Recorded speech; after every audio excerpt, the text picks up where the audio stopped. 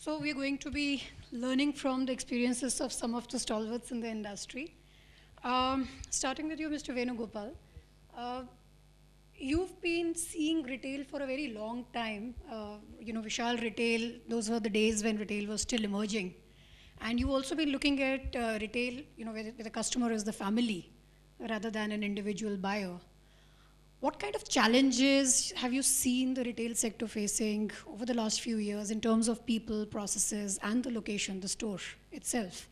What kind of things have been helpful? Good morning. Location has always been a problem and it will still continue to be a problem in retail. We should have top of the agenda item when we decide to have a store. Location has to be the best. And going forward, between all these years, the customer is pampered, the competition is there, omni-channel, multi-channel, offline, online, brick and mortar, exclusive brands, MBOs, mom and pop stores, family-run businesses, personal touch. There are a lot of changes and options given to the customer. The only way which I look forward is that if you give that experience to the customer, he'll stay with you. Customer experience is more important because all of us, while we say many things about our each brand, we offer a similar quality or similar product, except that we have a different pharma. Pharma, I mean fit. Otherwise, the rest all we buy the same cloth or we make similar manufacturing product. Ultimate product is same, except having different names. We may have our own ways of putting forward the things. For the customer, I can't fool him all the way. And every time, every year, every season. Unless I satisfy him, there is no other option. While I say this, there is a lot of competition around us. There are local players, there are international players, there are global players, there are our own peer competitors. Many of them are there, and we are all trying to get the same market share. If I look at it today and going forward the next year, today we have 10 stores in that market, and next year there are 20 stores. There's almost 100% growth in terms of competition, but the market share doesn't grow. The market doesn't grow to that level. So where do we get that pie from? I see there is a challenge, but for me the only solution is we should have the customer experience. If the customer is satisfied, he'll come back to you. And for that, as an operations man, I have a big challenge. The only challenge which I can meet that expectation of the customer is only when team works. My team works only through training, through processes, through SOPs, through defined ways of meeting the targets or expected derivatives, what we see as a company or we see as a sense of achievement. I would give high priority to customer experience. Thank you. Nikhil, you've been building a chain which is all about the customer experience. I mean, a 1 lakh rupee pen does require experience. That's what the customer is paying for. So how have you been working on delivering those experiences, and what do you see is working? And what are still open challenges? As you can see the whole retail landscape evolve, what was working a couple of years ago probably may not work today. But like Venu just mentioned, when we talk of customer experience, what's important for us to understand is what drives customer experience. Or in a multi-format environment, how do we ensure that customer experience can be consistent? And that's where the thinking needs to go. As far as we are concerned, what we like to try and do is to build a culture that can ensure a certain kind of customer experience. And that is what is crucial. You can set up SOPs and processes and measuring tools and all of that, which is all required. But at the end of the day, it is the culture. Like somebody famously said, the retail organization has to take care of its employees. Employees will take care of customers, and business takes care of itself. So if we can manage that, I think, whatever are the challenges that may come, we are able to deliver a customer experience that is consistent and relevant to those times. Subhash, you started very early, before you turned 18, so I'm sure you started with no experience virtually. And all this experience has been completely from the ground. Yes.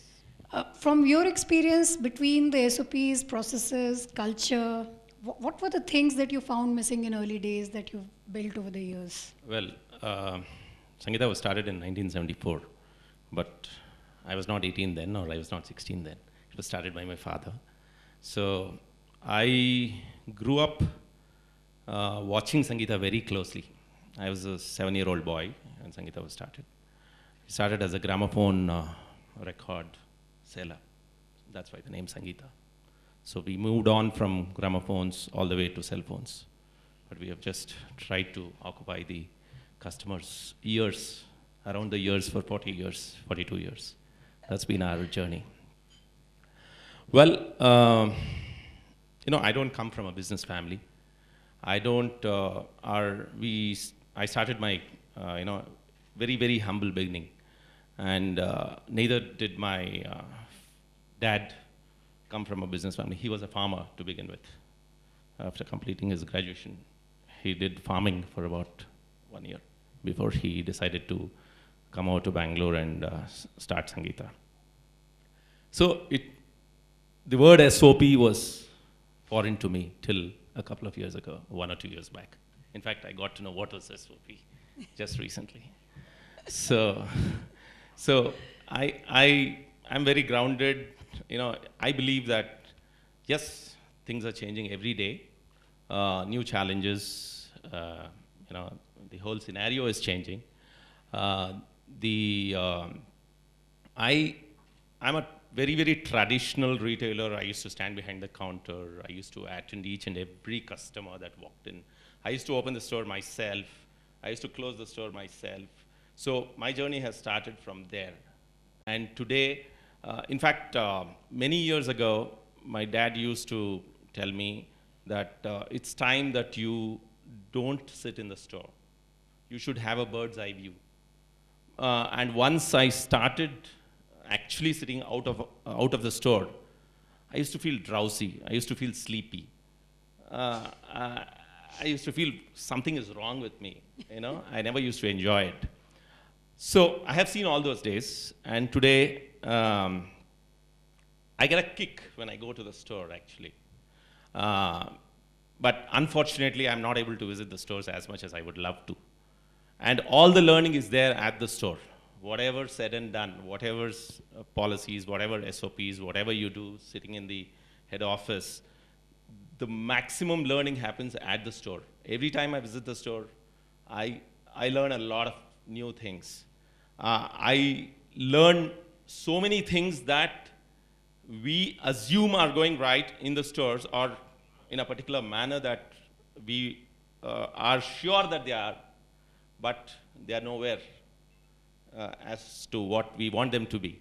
Similarly, there are some very, very basic things that I as a customer would want, but my stores are not offering.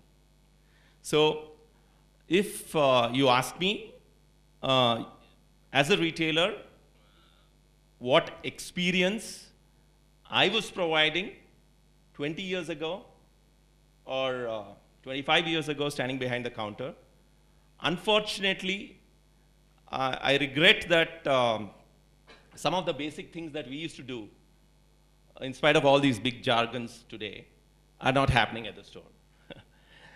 Yeah, that's the challenge, and especially in a business like mobile retailing, the business model works in such a manner that the margins are very thin. It's not an MRP selling category. So therefore, we have to keep our costs down. Therefore, every brand provides promoters. That's a big challenge by itself, because all the staff are not mine. However much we train them, and there's too much of attrition, and there are too many brands. So, for example, there are some stores where 80% or 85% of the staff are not my staff. So, it's been quite challenging, but we have always believed in rolling out USPs to our customers. Sangeeta has, as our tagline says, pioneer then. We have always pioneered in initiatives that no one else has come out with. Like for example, today if you buy a phone in Sangeeta, it comes with a 30 days price protection. So many people confuse it to, I'll give you 3 times the difference or 2 times the difference that some of our competitors or some of our other business verticals advertise. They confuse with that. It is not, I'm not competing with anybody else. I'm saying if the brand Samsung or brand Apple or brand whoever, whatever you have bought, if they drop up the price, which is just not in my control at all, and mobile phone as a category is a category where every day there's a price drop happening on something or the other. So we have come out with a USP where we say 30 days price protection. And we started this exactly 1 year back, November 25th of last year. And more than 3.3 crores has been given away to the customers. So it's very simple. We call the customer. We chase the customer. We literally bug him until he comes and takes his money. So I don't know how long I can run this, but we have done stupid things, if you could call it, things like these. We have done things like 100% of my turnover being insured way back in 2008. Mobile phone, liquid damage, physical damage, theft.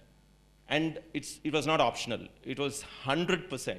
So we went up to paying about 8 crores per annum as insurance premium to insure my customers' phones. So everyone under the sun, every retailer or every business does things to ensure sale, to ensure business goes up. We were always doing things post-sale. How can I make the customer stick on for life? In fact, many of my competitors, a couple of other competitors in this space, they use a lot of brand ambassadors. Universal used to have Mahesh Babu, used to have Madhavan.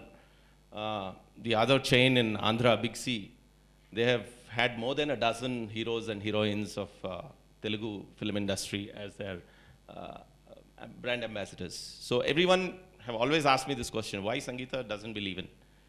I feel the customer is our biggest brand ambassador.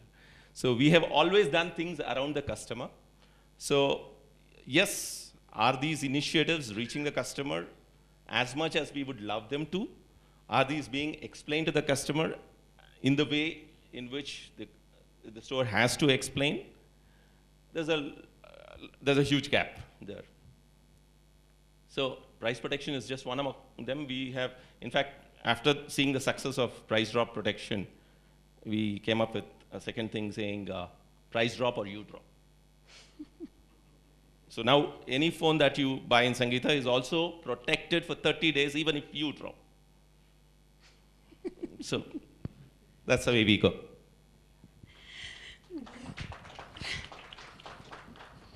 Piyush, your experiences are very different from the other 3 panelists because you worked with large global organizations which have been very technologically savvy, I'm assuming from the time you would have started.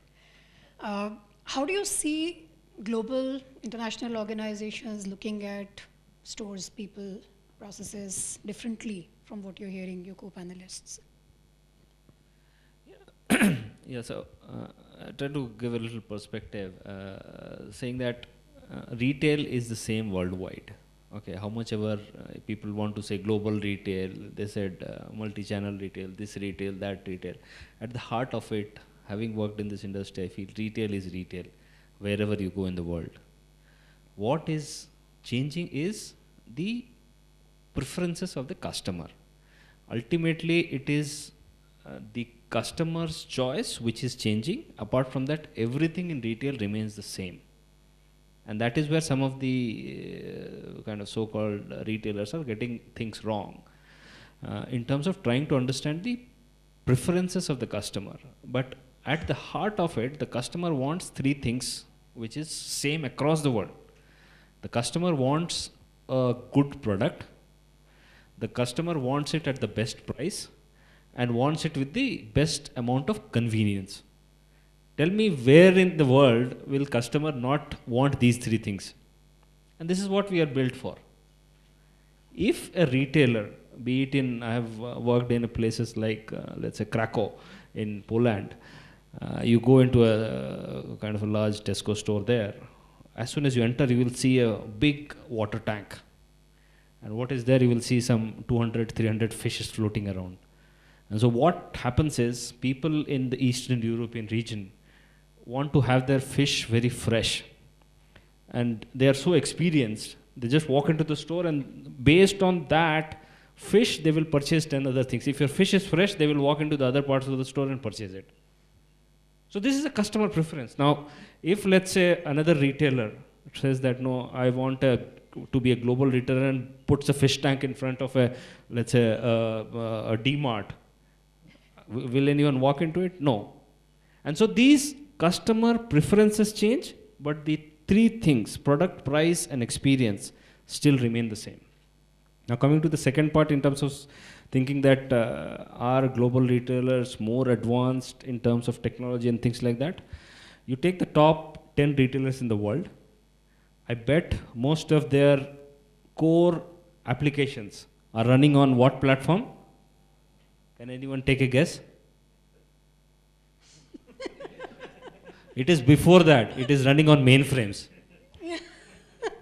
Excel is a very recent and a most powerful technology which a retailer has. It is still mainframes. You talk about the top 10 retailers in the world, all their main applications are still running on mainframe. So technology is not going to differentiate or allow a retailer to grow fast. It is their ability to understand the consumer, and how do you make sure that you understand that preference. And that is a very difficult art. It's not a science. If somebody says that I have, so for example now, every other week I get saying that, an email saying that I'm a customer analytics company, I will tell you which customers are the most loyal customers of yours. And I laugh at those things. Because the day somebody with 100% guarantee says that I know your customer, he's living in a fool's paradise. And that is something which is a constant kind of a so-called science which will evolve. Why? Because the customer is changing. Customer is not a constant. Customer is evolving. And hence, retailers have to evolve, and it is a chase. At any point of time, if somebody says that I've understood what my customer wants, I think he's living in a slightly complacent era, and he's not able to understand what is there. Like Mr. Swaminathan was mentioning about the forces, the external forces. The external forces are coming up because of the changes in the customer preference. It is not that e-commerce companies came out of the blue. It was long time. I think it is the longest kind of standstill in terms of business model which has happened. So right from box retail, which was prevalent maybe in the early 80s or late 80s, which came in the Walmarts and the Targets and the Tesco's of the world started. That has gone on for way too long as a disruption in retail. And there was somebody who wanted to disrupt that whole space. Because customer was tired going to Walmart, standing in the queues of Walmart or standing in the queues of D-Mart or whichever mart it is.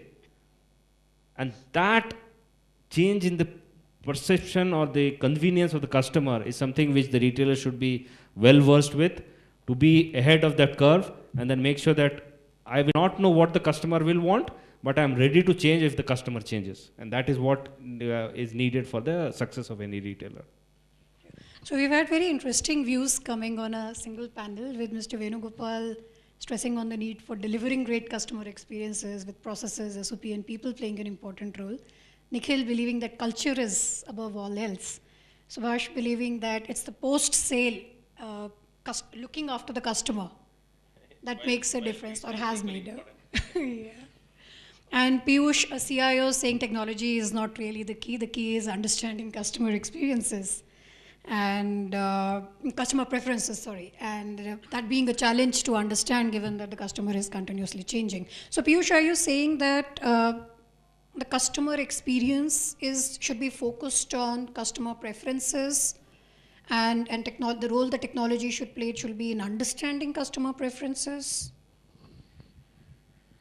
So there are multiple aspects which technology can help. Technology is a great enabler. Don't get me wrong saying that technology is not needed. Technology is going to be a differentiator, but not the technology which everyone is following. If somebody is saying that I am building a large Hadoop platform, let me also build a large Hadoop platform and I will be ahead of the curve. No. And when you talk about customer preferences, it is all about giving customer the choice. And what I mean by that is, how do you make your ecosystem such that all your processes are kind of defined based on customer choices?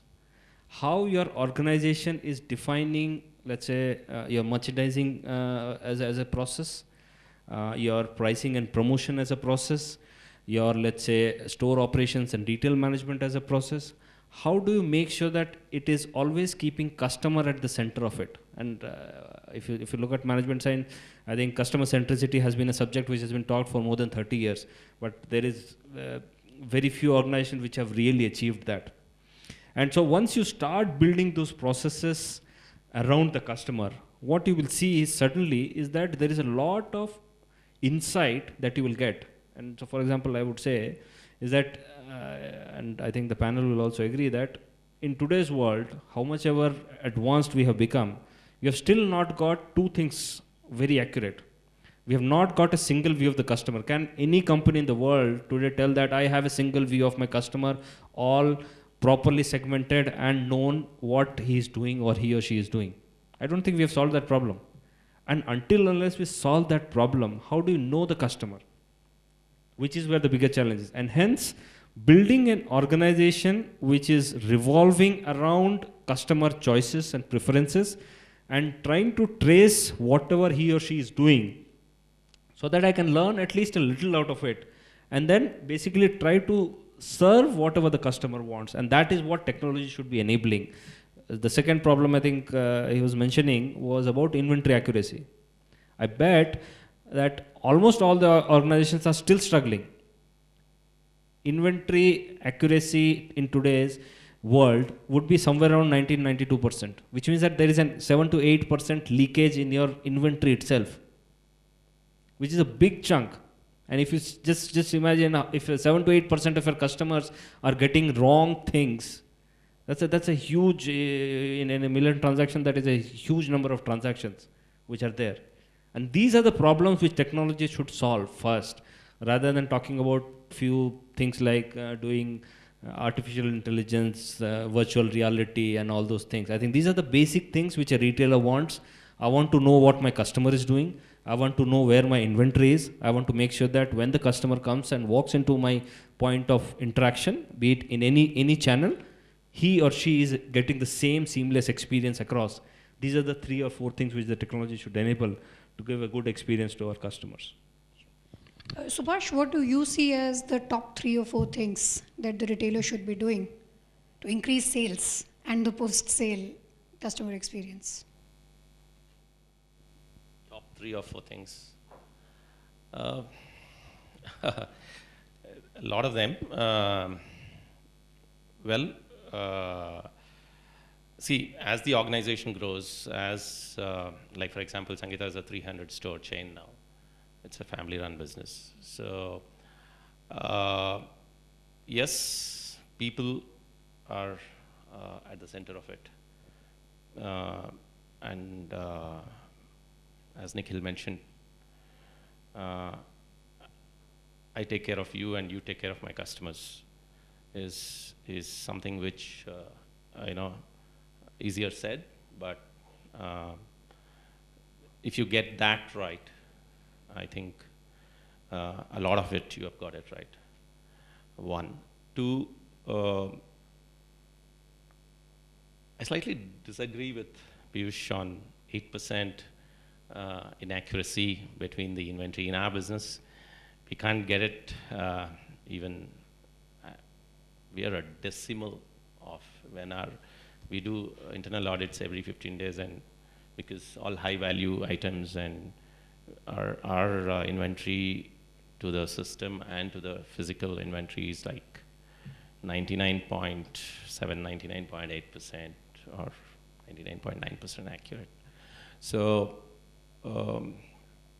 yeah, you need to take care of your people, and you need to definitely invest in technology, yes. You need to get your processes right. As I mentioned, when it is a one store where there is even today, how are mom and pop stores able to survive?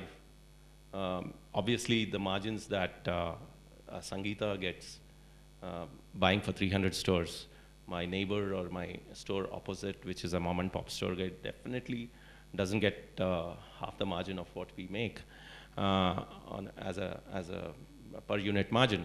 But there are more and more mom and pop stores opening up, and they're all surviving, and not only surviving, doing reasonably well. And relationship. So in my view, relationship is the key with the customer relationship. So everything again boils down to, one is pre-sale experience, two is how you actually develop a relationship, and with what sort of a good feel he walks out when he walks out of your store. And all these are, for a single store it's easy. Once you have 200, 300 or 1,200 stores, thousands of stores, so there comes processes, there comes SOPs, there comes technology, and so all these are, we have to adapt. Coming from a guy like me, where I have started without all these things, so I'm all, today, I'm the biggest champion in my organization. I'm pushing everyone, saying we should take the lead and we should use technology in every department and change the way we transact business. That's the only way we can go to the next level. So that people don't get it wrong, when I said 8 to 9%, it's not the inventory loss which I'm talking about. What I meant is, again, I think this is a view. From an organization perspective, maybe we have achieved 98, 99, 100, whatever percentage. But from a customer perspective, so for example, when somebody walks into my Arrow store, is my 100% inventory available to my customer at the right place at the right time? And I think that is where the leakage is. And I'm pretty sure that if somebody walks into a store, is 100% of your inventory in the right place, be available for your customer? I don't think that is what we, yeah, let's thought that. Nikhil, there's been news in the papers of planned expansion. What kind of priorities are you looking at? I mean, and you believe a retailer should be looking at the crux of an expansion? I think if you list down everything that has been said so far, I think you have the list really. I don't have to repeat anything. But having said that, it really is important for a retailer to understand what are those priorities that he needs to focus his energies and resources on. Because we live in, a VUCA world, a complicated world. And it's very easy to get tempted to, try and do too many things and at the end of the day not achieve anything, right? So I think that's important. If you had asked me the question that you asked Subhash, what are those three things? My honest answer is I don't know what those three things are, because it's important for us to be able to, put all that together and see what really you can focus on, put your resources. Of course, keeping in mind what Piyush mentioned as what's most important for the customer. And you've been the only one on the panel speaking about culture. So what are the top three things you've done that you believe helps you build a great culture? Well, when you talk about culture, it is this this invisible thing that exists, and it's very difficult to say, this is what makes or breaks a culture. I think whatever you do, I think it needs to be consistent, and that's what I have learned. Very often people are tempted to take shortcuts, whether it's in terms of costs, in terms of other benefits that a retailer may be tempted to do. But as long as you can stay away from that and be consistent in what you say and what you do, I think you go towards building a culture that employees come to respect and recognize. Right? So that's all I can say. I mean, everybody can talk about respect and training and all of that. Fine, okay, but I think it's consistency, what you say and what you do. Mr. Venugopal, we've been hearing you talk a lot about processes and structures in place. What do you see retailers looking at as top priorities in a changing customer preferences, changing employee preferences also to some level, kind of a world? Ultimately, we are all looking for sales, isn't it? So that is expected basically by any company from the retail operations. They're the guys who are responsible for delivering sales. While they have a lot of checklists, they have target versus achievement, they have retail KPIs to monitor, there are many things to monitor. But when they go to the stores, what do? They spend 4 hours, they spend 1 full day, they spend few hours every now and then. They have multiple visits in a month or in a week. They keep going to the stores. The point is, how much is the effort of those people is going into enabling the people at the store to improve the sales? Because ultimately, we are all looking for sales, That's where our attention and our preferences have to be prioritized, and then they have to be taught, for which we have trainings, we have this. While I say the training, others are all peripheral departments or our peer departments who are engaging to improve our performance. What's the retail ops department doing by itself? Rather than depending on them, you have to monitor yourself every single day, every single hour, for every single person. Unless we do that, we won't be able to do any sales upliftments. There are many challenges. There are stock outs, there are stock overruns. I don't need some sizes, I don't need some colors, I do need some options, but they still come as a delivery push from the HO level, from the warehouse level, but still I have to sell. I don't have some marketing plans, I don't have discount supports. There are many things, but these are all things which I feel as a retail operations people, we are primarily responsible, we have to focus on this, and we have to report upline and get those removed. Unless we do that, we won't be able to get sales. And that's what I feel. When I do all this, I will automatically look at it from the customer's eye, and all these anomalies or shortcomings which I face as a company, I have to remove that, and that comes to us. While I say this, I have one observation. This is my personal opinion. See, we have been listening in retail for a long time. It's not a rocket science. But my understanding, which I feel again, it's my opinion, this is something to do with a lot of logical depth, which we all have over years of experience. And we seek that kind of a depth from downline. That's where is the challenge which I feel. As seniors, as experienced people, as top of the line people, you talk of a lot of logical depth because of your experience. The guy down there, he does not know, he cannot understand, he can't understand what you say, or he does not know where are you looking, what is the derivatives coming in your calculations. If we can percolate that to the downline, they'll be able to engage better. We did a small activity in our store starting from this last July, it's now 3-4 months. We started monitoring each CSA every single day. We have we have a target mechanism broken to each CSA for every day and for each department. Suppose I have men's division, I have ladies division, I have kids division, I have Footmart division. For Footmart, I have 30-day split. What is the target he is expected to deliver day-wise? And similarly for each other department. So he is supposed to deliver that by end of the day. We have some mechanism to do all this. Now he has to monitor on every single day how he will achieve that. So we started telling him the store gets, let's say hypothetically 500 customers, but his department may have only 10 walk-ins. So he is able to convert those 10. We started monitoring that, and it gave us almost 20 to 22% increase in sales. I mean, these small little things what we do at the store level, without much of efforts, the guy started working what I wanted. He is not leaving any customer unattended. He wants more customers to walk into his division, his department. He'll go check with the customer, say, would you like to have this? These kind of small little things happen. What I say is, typically retail operations should be focusing on sales, and that is what is the company looking for, our side as a department. Thank you.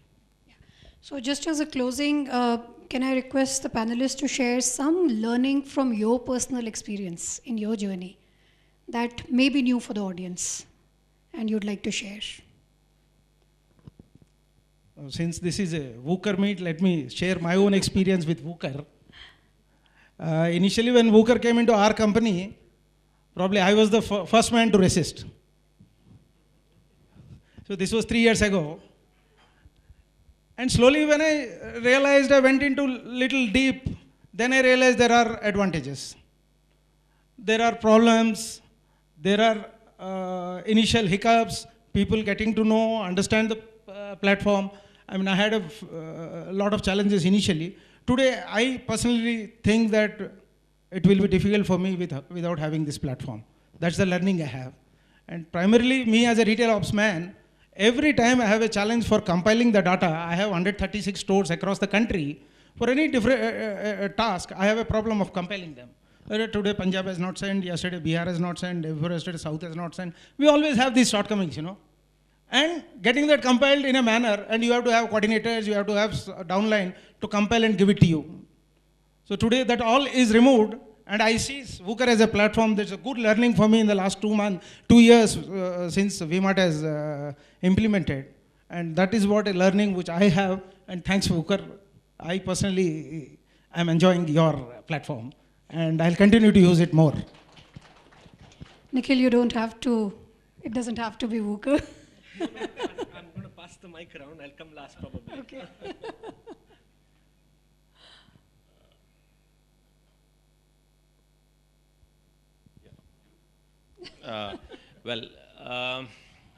Well, I'm here. In fact, when I got this mail from Wooqer, I said, I'm a wrong guy to be on the panel because I've very recently on to Wooqer, and I'm guilty of still not using it enough or learning or getting to know more about it. So I'm the wrong fit is what I mentioned on the mail, replied to Wooqer team, but then they said, no, we would like to have you. So as I mentioned, though I'm the champion person pushing everyone in the office to use technology, I'm here today more to learn from our friends here. So anyway, the question was, what is, from your own experience, what is it that you would want to share? Well, I don't know exactly what, because it's been a long journey and there's so much. I strongly believe, I like that word culture, and I keep using that in my interaction with my team members. So every organization, and as Nikhil very rightly put it, I think it's that unseen thing.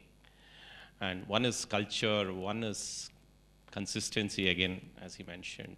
Third is the relationship, as I mentioned.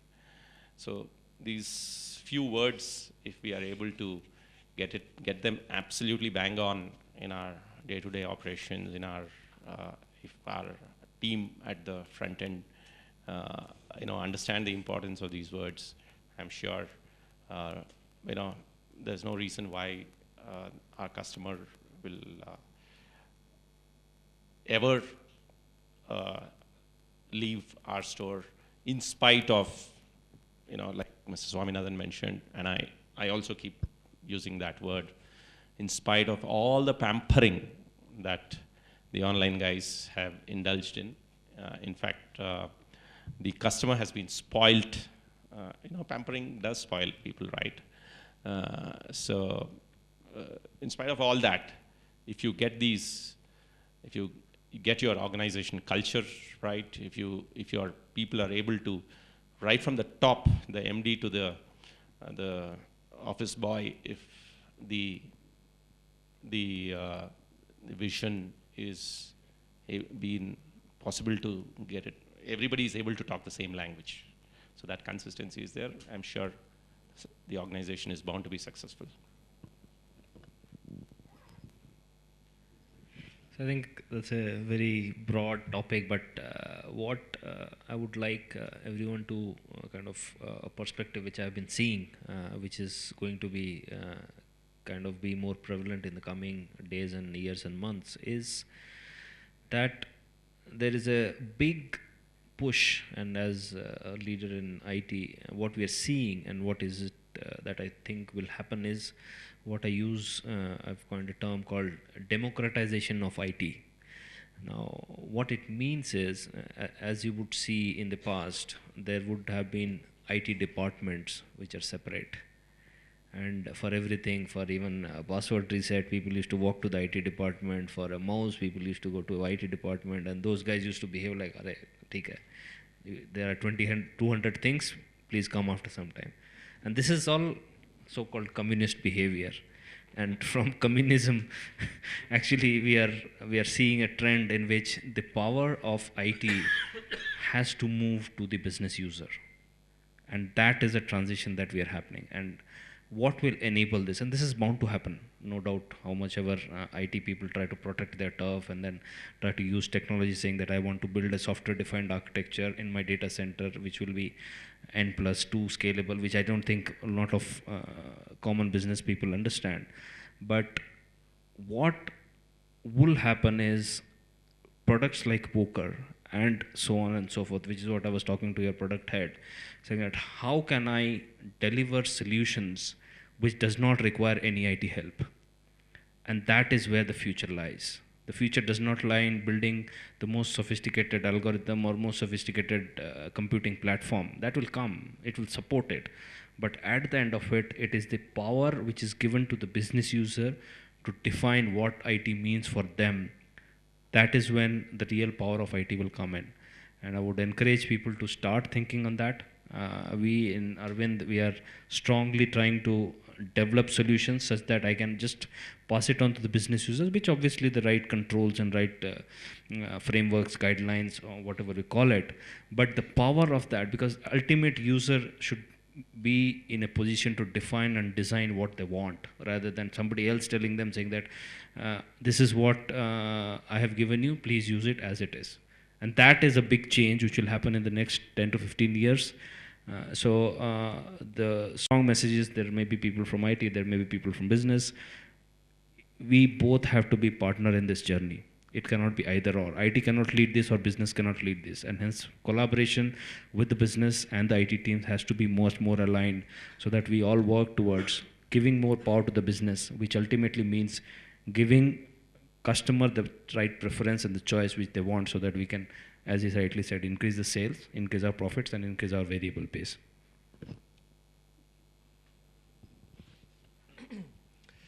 One of my recent learnings, probably over the last 1 or 2 years, has been that there is a big shift in the way consumers are buying. And when I say a big shift, maybe a few years ago, consumers tended to believe and go by what the retailer said or the manufacturer said on the back of the product or at the storefront and so on.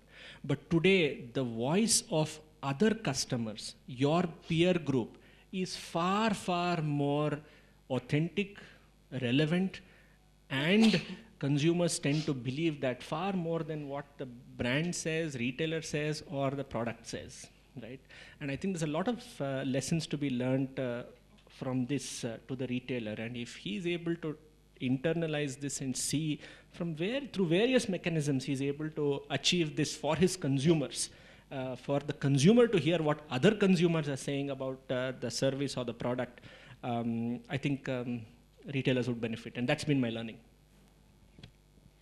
So to summarize, we looked at the changing customer preferences. We talked about the need for delivering customer experiences to not just capture the changing customer preferences at store or through other media, but also deliver with processes and people being equipped to deal with those changing customer preferences. We also talked about the need for customer relationships, the importance of culture, and the pre-sales as well as the post-sales experience being delivered. With that, I'd like to open the panel for any questions from the audience. Good morning, sir. My question is to you. Everyone comes and pitches different models of omni-channel, and all of them seem to solve some problem, but it's a very tough decision.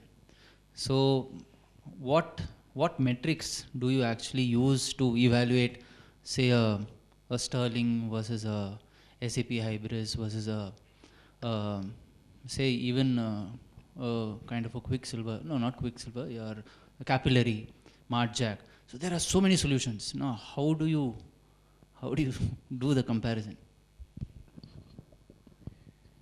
So I think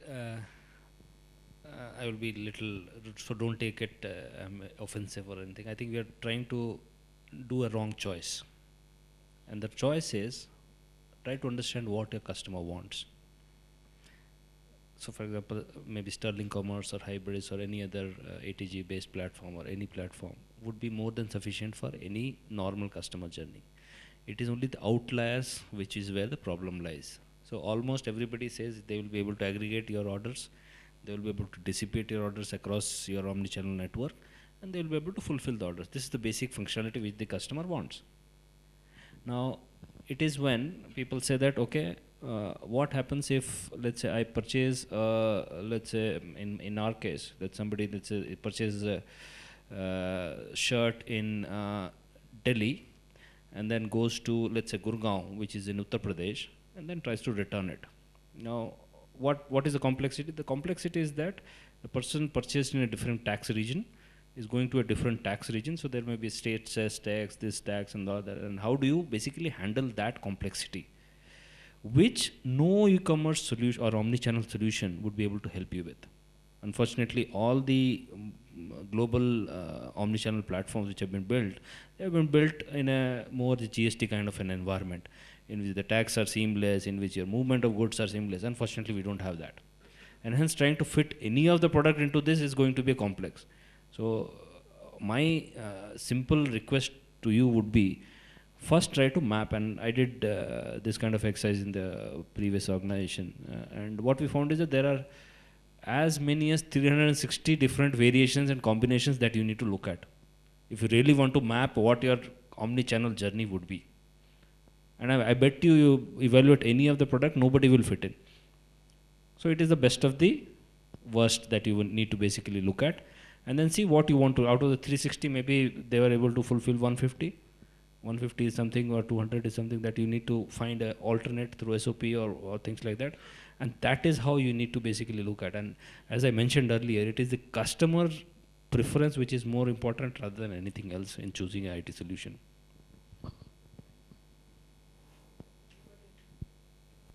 Hi. So my question is for Nikhil. I'm Rinchin. I manage front-end capability building for Van Heusen. And we at Van Heusen also believe that a happy employee results in a happy customer. So can you give us some insights on that from your experience in Willem Pen, as in what keeps your employees happy? Well, that's a difficult question. You know, employees are human beings as much as we are, and they have their ups and downs. And I think an organization needs to learn to pay attention to these ups and downs. There are these standard things like training and processes and so on, like I mentioned before. But it's really at the heart of it, how do you motivate him to follow that consistently through his own free will, is what really it's all about. So there is only that much a stick can do, and I am not a fan of that. It's really about taking the other approach of ensuring that he believes that he is making a difference when he does a great job at his place of work. So there is no one golden rule. It's really you putting yourself in that person's shoe and looking at what would motivate him. Okay, simple thing, recognition, um, instant feedback about his work, good or bad, incentives for the right things, measuring the right things, ensuring that there is consistency. All these are, things that we know, and as long as you keep understanding whether it's working or not and tweaking it as you go along, I think you would be there. Thank you. Hi, good morning. My name is Vignesh and I represent the brand Indian Terrain.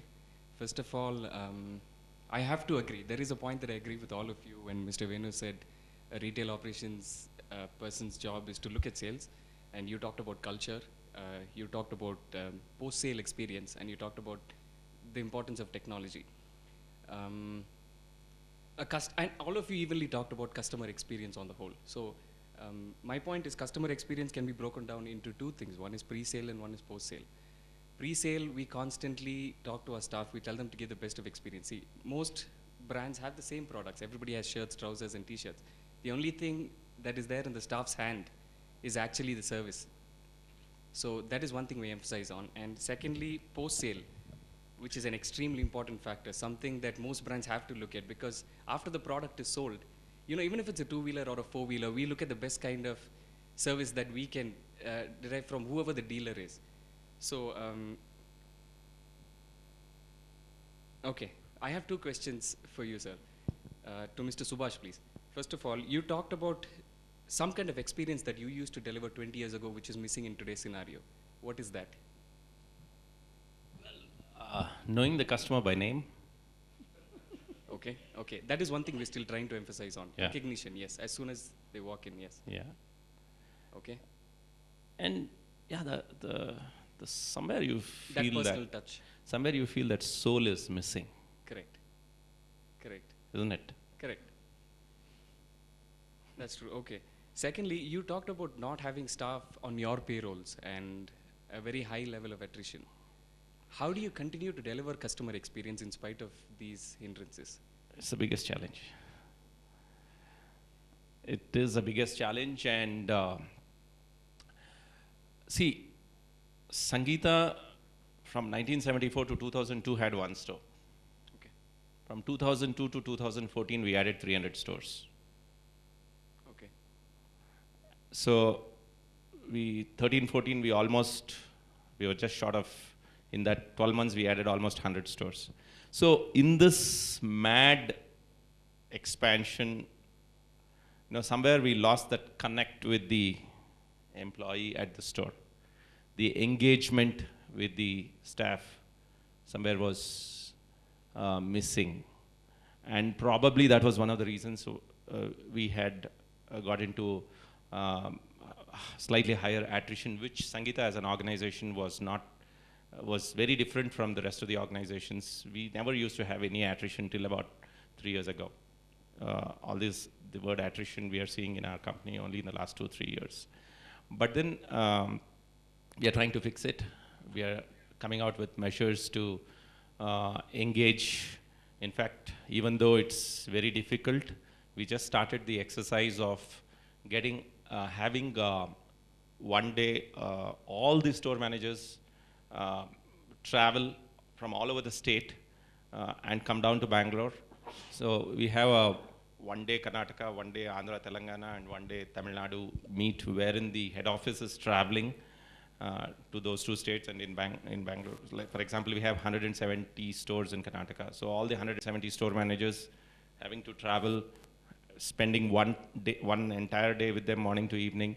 It may be slightly at the cost of business, it may be inconveniencing everybody, but we decided to do that month on month for at least 3 to 4 months, so as to build or increase and get back to our olden levels of customer engagement.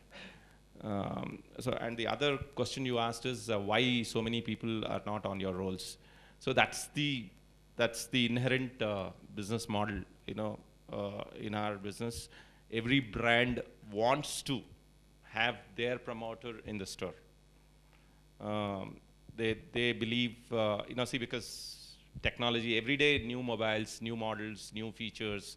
So they believe that they should have an expert, and which is, in a way, it's good. It is good, except that, the challenge is how do we ensure that it doesn't become like an exhibition and it becomes, it should not be disjointed. When you move from one executive to the other executive, it can't be disjointed. And that is where we are trying our best to get it, smooth. I don't know if I've answered you. Can I just add? So I think I've been hearing a lot about this word, and I just want to understand from the audience here, how many of you think that one of the things which is very popular nowadays is called personalization? People believe that in retail. Does it make sense? And this is what retail is. See, if you read the history of retail in early 1910, 1920, like he said, everyone would know who the customers are. And now the same jargon has come back after 100 years called personalization. Okay, so what has happened in the last 100 years, if you see, people started with that journey in which the mom and pop store at the corner of your street, they know exactly what, when Mr. Swaminathan walks in, he likes, let's say, ponni rice, you give him ponni rice, he walks out, he makes dosa, comes back, whatever. And that is how this cycle happened. Unfortunately, so-called management science evolved, economies of scale, standardization, SOP, all those things, all good things. But what happened as that journey evolved is that our touch and kind of feeling for the customer has actually died. So for example, there are retailers, you will read a lot of stories in which they say that I know exactly how the retail is run all over the world, and they basically have standard processes, standard ways of store, how the store looks like the all over the world, and they are now facing the challenge. And now, so what I say is the retail is coming a full circle now. After 100 years, it is going back to the same space in which you need to know exactly what a customer wants, give him that individual sense, give him that individual choice, and basically take him along in that journey, because no one shirt or one kind of offering serves all. And that is what retailers are trying to struggle with, and say that how do you, basically on one hand you say that you want to standardize, scale and operate, on the other hand how do you basically personalize and then give that consistent service across. And that is a paradigm which most of the retailers are struggling. It will take a few years, people will find ways around it, but then the guy or the retailer which is able to understand that faster will be able to succeed in the future. Any other questions?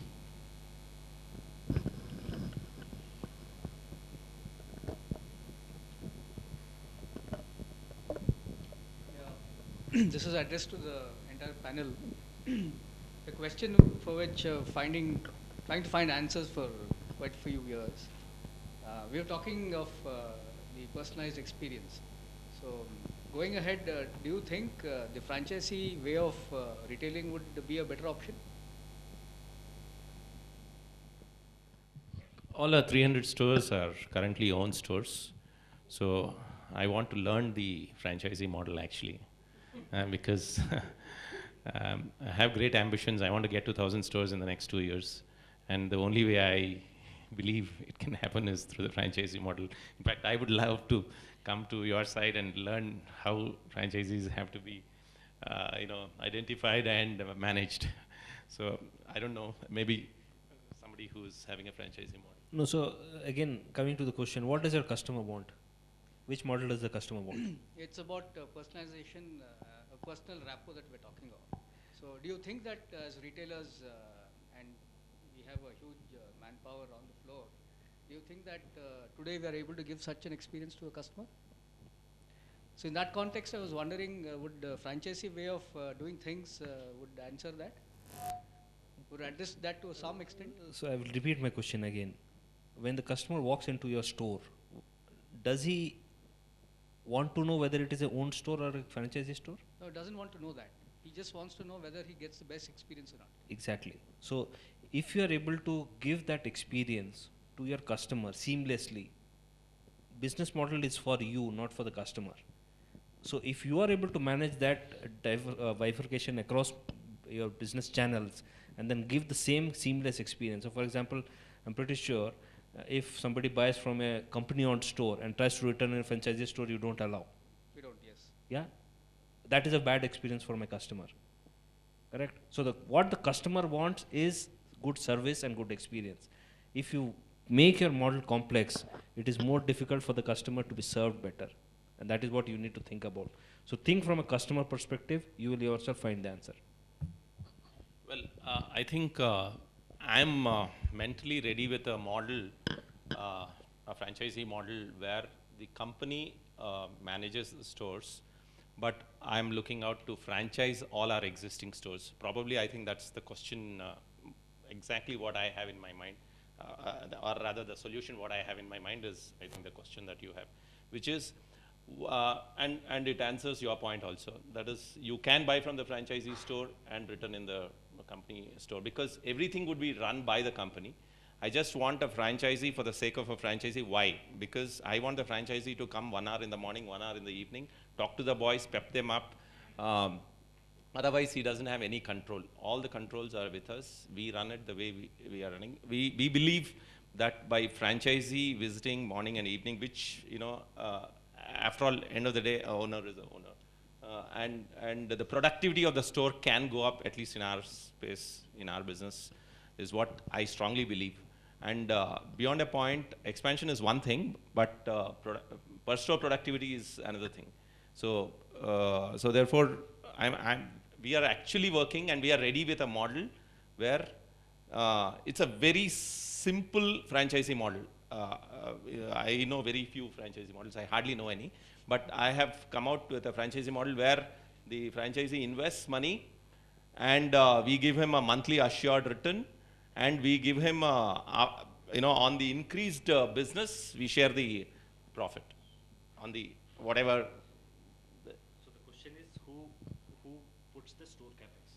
That is Store capex is put in by us, and we want to franchise out our existing stores.